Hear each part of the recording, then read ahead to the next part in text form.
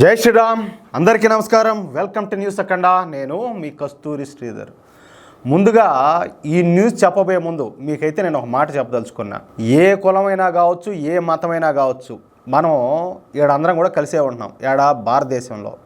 ఇక్కడ మరొక విషయం ఏంటంటే, మత పిచ్చితోనో మరొక రకంగానో మత ఛాందసవాదంతోనో ఒకరి మీద దాడులు చేయాలా, లేకపోతే ఒకరిని అన్యాయంగా అంతం చేయాలా, ఇక్కడ మన మతం మాత్రమే ఈ దేశాన్ని పరిపాలించాలనుకోవడము అదైతే తప్పు చెప్తున్నా కదా. ఇంకొక మాట ఏంటంటే, ఇది సెక్యులర్ దేశంగా ప్రకటించినారు కదా, మరి సెక్యులర్ అన్నప్పుడు దాని తగ్గట్టే ఉండాలి. కానీ పేరుకేమో సెక్యులరు, కానీ కొన్ని మతాలకు మాత్రం కొంతమందికి మాత్రమే వాళ్లకు అగ్రతాంబూలం, అంటే వాళ్ళని ఎత్తిని పెట్టుకొని ఊరేగడం. కానీ ఇక్కడ ఇంకొక విషయం ఏంటంటే, ఈ దేశంలో మెజార్టీ అయినటువంటి హిందువులను తక్కువ చేయడం, వాళ్ళను దుర్భాషలాడడం, వాళ్ళ పూజా విధానాలు కావచ్చు, లేకపోతే హిందుత్వాన్ని కావచ్చు, దేవీ దేవతల విగ్రహాలను పగలగొట్టడం కావచ్చు, ఇలాంటి దారుణమైనటువంటి సంఘటనలు ఒకటి రెండు కాదు, వందలో వేలల్లో జరుగుతూనే ఉన్నాయి. అస్సలు చెప్పాలంటే హిందువులు ఈ దేశంలో పండగలు చేసుకోవడానికి కూడా స్వతంత్రం లేకుండా పోతుంది. స్వతంత్ర భారతదేశంలో పండగలు చేసుకోవడానికి కూడా స్వతంత్రం లేదు. ఇంక దీనికంటే ఇంకేం మాట్లాడాలా? ఇప్పుడు నేను ఒక న్యూస్ ఒకటి చెప్తా. ఈ న్యూస్ అయితే ఎవరిని కూడా తక్కువ చేయడానికి కాదు, ఎవరిని కూడా కించపరచడానికి కాదు, నేను ముందే చెప్తున్నా. కానీ ఈ న్యూస్లో వాస్తవాన్ని మాత్రం గ్రహించాలని చెప్పేసి మిమ్మల్ని అందరినీ సవినీయంగా వేడుకుంటా ఉన్నా. యతి నరసింహానంద్ సరస్వతి ఈయనది ఉత్తరప్రదేశ్లోని గజియాబాద్ నగరం.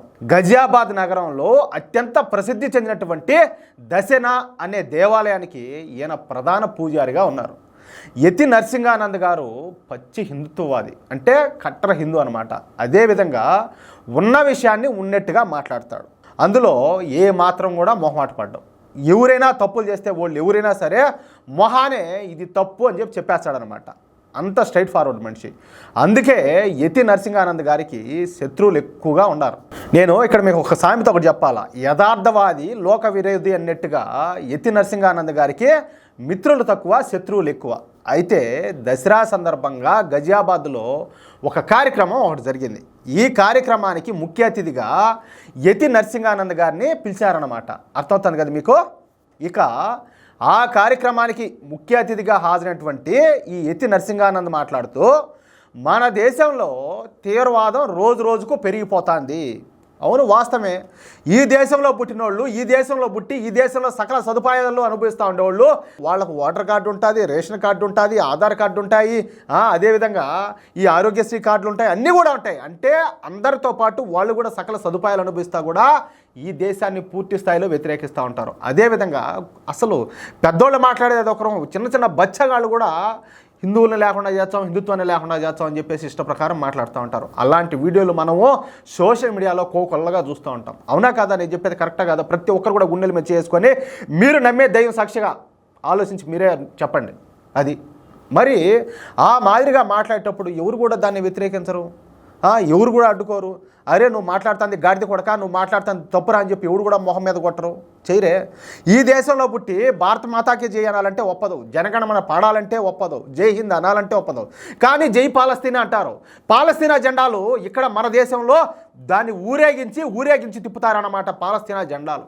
అంతెందుకు, నిన్నగాక మన హిజ్బుల్లా తీవ్రవాది హసన్ నస్రుల్లా చనిపోయినాడు. అతనికేడా ఏమిలే నివాళులు, ర్యాలీలు. ఎవడు ఏ దేశము వాడెవడు ఏమైనా అంత మంచోడా, మానవతావాదా, లేకపోతే ప్రపంచం కోసమో, దేశం కోసమో, నలుగురి కోసమో, సమాజం కోసమో బతికినోడా? కాదే. ఒక తీవ్రవాదిని అంతగా హైలైట్ చేస్తా వాళ్ళకి ఇక్కడ నివాళులు అర్పించడం అంటే దానికి అర్థం ఏంది? అంటే ఉగ్రవాదాన్ని మీరు ప్రేరేపిస్తున్నారనా, ఉగ్రవాదాన్ని మీరు ఆదరిస్తున్నారనా, ఉగ్రవాదాన్ని మీరు సమర్థిస్తున్నారనా? దానికి ఏంది అర్థం? ఇంకా ప్రతి ఒక్కరు కూడా గుండెల మీద చేసుకొని మీరు నమ్మే దైవం సాక్షిగా ఖచ్చితంగా మీరే ఒకసారి ఆలోచించండి. నేను ఏదైనా తప్పు మాట్లాడుతున్నానా? నా మనస్సాక్షిగా నేను చెప్తున్నా, నేను నమ్మే దైవం సాక్షిగా నేను ఒక్క మాట కూడా నేను తప్పు మాట్లాడటం లే. ఇకపోతే ఆయన మాట్లాడితే ఏమన్నారంటే, జిహాదీలు అయితే రెచ్చిపోతున్నారు ఈ దేశంలోనూ, దేవుని పేరు మతం పేరు చెప్పుకొని దేశంలో అమాయకులను చంపుతున్నారు అని మాట్లాడినాడు. వాస్తవమే, అది ఎవడు చేసినా తప్పే. అలాంటి ఘటనలు కూడా కోకొల్లలుగా జరుగుతున్నాయి.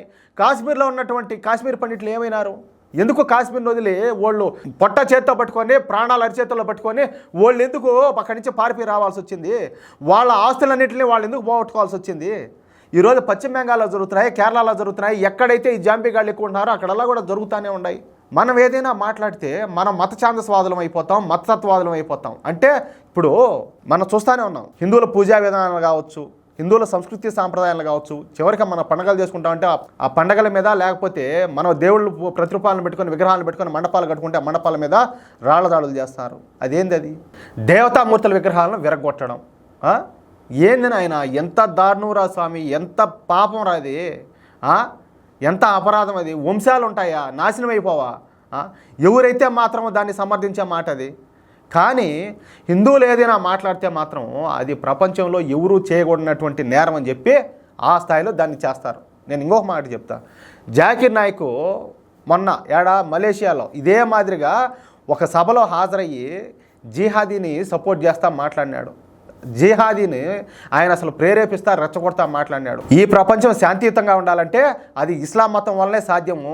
సో జిహాదీలందరూ దానికోసం పనిచేయాలని చెప్పి మాట్లాడినాడు. అది ఎంత తప్పు మీరు కూడా ఆలోచించండి. అలాగే ఈయన కూడా ఒక మాట మాట్లాడినాడు అనమాట. ఆయన ఏం చెప్పినాడంటే, దసరా నాడు మనం మహిషాసురుని దిష్టి బొమ్మను మనం దగ్ధం చేసినట్టు ఇక నుంచి మహమ్మద్ ప్రవక్త దిష్టి బొమ్మను కూడా దగ్ధం చేయండి అని చెప్పి మాట్లాడినాడు. ఇప్పుడు జాకిర్ నాయక్ మాట్లాడిన దానికి ఇతను మాట్లాడిన దానికి ఒక విధంగా చెప్పాలంటే 100% తప్పని చెప్పి నేను చెప్పను. ఎందుకంటే ఇతరుల మనోభావాలను దెబ్బతీయడము 100% నేరం. అది ఎవరైనా కావచ్చు, తప్పే కదా. అంతే. ఇక దేశవ్యాప్తంగా వచ్చేసి ఈ ఇస్లామిస్టులందరూ కూడా రెచ్చిపోతున్నారు. దేశవ్యాప్తంగా యతి నరసింహానంద్ గారి పైన కేసులు కూడా పెడతారు. పెట్టండి. ఆయన చేసిన తప్పు అయినప్పుడు చట్టరీత్యా ఆయన మీద ఏవైతే చేయాలో, ఎటువంటి పనిష్మెంట్ తీసుకోవాలో చట్టరీత్యా జరుగుతాయి. దాంట్లో తప్పే ఉండదు. ఆయన తప్పుగా మాట్లాడినప్పుడు ఆ తప్పు ఖచ్చితంగా శిక్ష అనుభవించాల్సిందే. అదేవిధంగా చాలామంది ఏంటంటే అసభ్యకరమైనటువంటి పోస్టులు కూడా పెడతారు. ఇంతవరకు బాగానే ఉండదు. కానీ ఈ క్రమంలోనే అమాయకులైనటువంటి హిందువుల మీద కూడా రాళ్ల దాడులు చేస్తారు. అంటే ఆయన మీద కోపం ఈ విధంగా తీర్చుకుంటున్నారు. మీరు కేసులు పెడతారు కదా, గవర్నమెంట్ మీద ప్రెజర్ ఇవ్వండి. మీకు సపోర్ట్ చేసే పార్టీలు కూడా ఉంటాయి కదా, వాళ్ళకి ప్రెజర్ ఇవ్వండి. ఆయన మీద పనిష్మెంట్ తీసుకోమని చెప్పి, ఆయన కఠినంగా శిక్షించమని చెప్పి. కానీ సామాన్యులైనటువంటి అమాయకులైనటువంటి హిందువులంతా కూడా ఏం చేశారు? నేను ఇక్కడ ఇంకో మాట చెప్తా. సరే మీరు చేస్తారో బాగానే ఉండదు. ఇప్పుడు పాకిస్తాన్ వాళ్ళు ఎన్నోసార్లు మన దేశం మీదకి వచ్చారు. ఏది? ఈడ మానవం సృష్టించేదానికి. ఎంతమంది ఇదే మాదిరా ర్యాలీలు చేశారు. ఇది తప్పు, ఈ దేశంలో మేము కూడా బతుకుతున్నాము, హిందూ ముస్లిం బాయ్ అంటున్నారు. నాయన ప్రపంచంలో ఏ దేశంలో కూడా లేదు, కానీ ఒక భారతదేశంలోనే హిందూ ముస్లిం బాయ్ అంటున్నారు. మరి మీరు మా దేశం మీదకి అంటే ఇది ఇప్పుడు మనకు ఇల్లు లాగా అనమాట. మన కన్న నేల ఇది, మన ఇల్లు లాగా, మన కుటుంబం ఇదంతా కూడా. మరి మా కుటుంబం మీద మీరు ఎట్లా దాడి చేస్తారు? హిందూ ముస్లిం బాయ్ అని చెప్పేసి మేము ఆ విధంగా మేము ఉన్నాం కదా, మీరు ఎట్లా మా మీద వచ్చి దాడి చేస్తారని చెప్పేసి ఎంతమంది దాన్ని వ్యతిరేకిస్తున్నారు చెప్పండి. నేను ఇంకో మాట చెప్తా. ఈ దేశాన్ని ప్రేమించే వాళ్ళు ఉన్నారు, ఈ దేశం కోసం ప్రాణాలు ఇచ్చేవాళ్ళు ఉన్నారు. నేను చెప్పినా కదా, ఇప్పటికి కూడా ఎంతోమంది భారతీయ ఆర్మీలో చేరి వాళ్ళ ప్రాణాలను కూడా దేశం కోసం అర్పిస్తున్నారు. వాళ్ళు మనకి ఇన్స్పిరేషను. ఈ జాకిర్ నాయక్ ఇలాంటి వాళ్ళు, ఈ లఫంగగాళ్ళు కాదు మనకి ఇన్స్పిరేషను. అలాంటి వాళ్ళు మనకి ఇన్స్పిరేషను. కానీ ఏం జరుగుతుంది ఇదంతా కూడా? ఇప్పుడు నేను ఒక మాట చెప్తా. సరే, బంగ్లాదేశ్లో హిందువుల మీద మానహోమం జరిగింది. హత్యలు, అత్యాచారాలు, లూటీలు, దహనాలు ఎన్ని జరిగినాయి? మరి ఇది తప్పురా, గాడిదముండా కొడకల్లారా, ఇది తప్పురా అని చెప్పి ఎందుకు మాట్లాడాలా? ఎంతమంది స్టేట్మెంట్లు ఇచ్చారు దాని మీద? లేదు. కానీ ఇదిగో ఇలాంటి వాళ్ళు ఏదైనా మాట్లాడితే మాత్రం అతని మీద సరే మీరు ఏ యాక్షన్ తీసుకున్నా కూడా, గవర్నమెంట్ మీద ఏ ప్రెజర్ ఇచ్చినా కూడా ఓకే. ఆయన తప్పు చేస్తే ఆ తప్పుకైతే ఆయన ఖచ్చితంగా శిక్ష అనుభవిస్తాడు. కానీ ఇతరులు ఏం చేశారు? అమాయకులందరూ ఏం చేశారు? 100% ఈ వ్యాఖ్యలను అయితే మేము కూడా ఖండిస్తున్నాం, మేము కూడా సమర్థించాం. కానీ మతం పేరు చెప్పుకొని, దేవుడి పేరు చెప్పుకొని జిహాద్ అంట ప్రజల ప్రాణాలు తీయడం తప్పు కాదా? ఒకసారి చెప్పండి మీరే. ఈ దేశంలో పుట్టి, ఈ దేశంలో పెరుగుతా, ఈ దేశంలో తింటా, ఈ దేశంలో నివసిస్తా కూడా కేవలం మతం కోసం ఈ దేశాన్ని నాశనం చేయాలని చెప్పి చూడటం తప్పు కదా? అసలు మతం పేరు చెప్పి ఒకరి ప్రాణాలు తీసే హక్కు ఎవరిచ్చినారు? ఏ దేవుడు ఇచ్చినాడియా? ఏ దేవుడు ఇచ్చినాడు?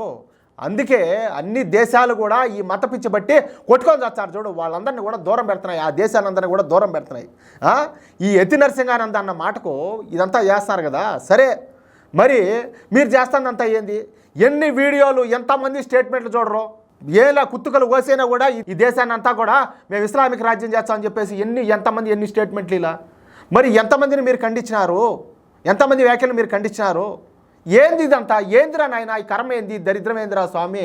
నేను చెప్తున్నా, ప్రపంచంలో భారతదేశం అలాంటి దేశం ఉండదు. మీరు చూస్తూనే ఉన్నారు. పాకిస్తాన్లో ఉండే వాళ్ళందరూ ప్రశాంతంగా బతుకుతారా? ఆఫ్ఘనిస్తాన్లో ఉండే వాళ్ళందరూ ప్రశాంతంగా బతుకుతారా? మన పక్కన ఉండే దేశాలే కదా. బంగ్లాదేశ్లో ఉండే వాళ్ళందరూ ప్రశాంతంగా బ్రతుకుతున్నారా? మయన్మార్లో ఉండే వాళ్ళందరూ ప్రశాంతంగా బ్రతుకుతున్నారా?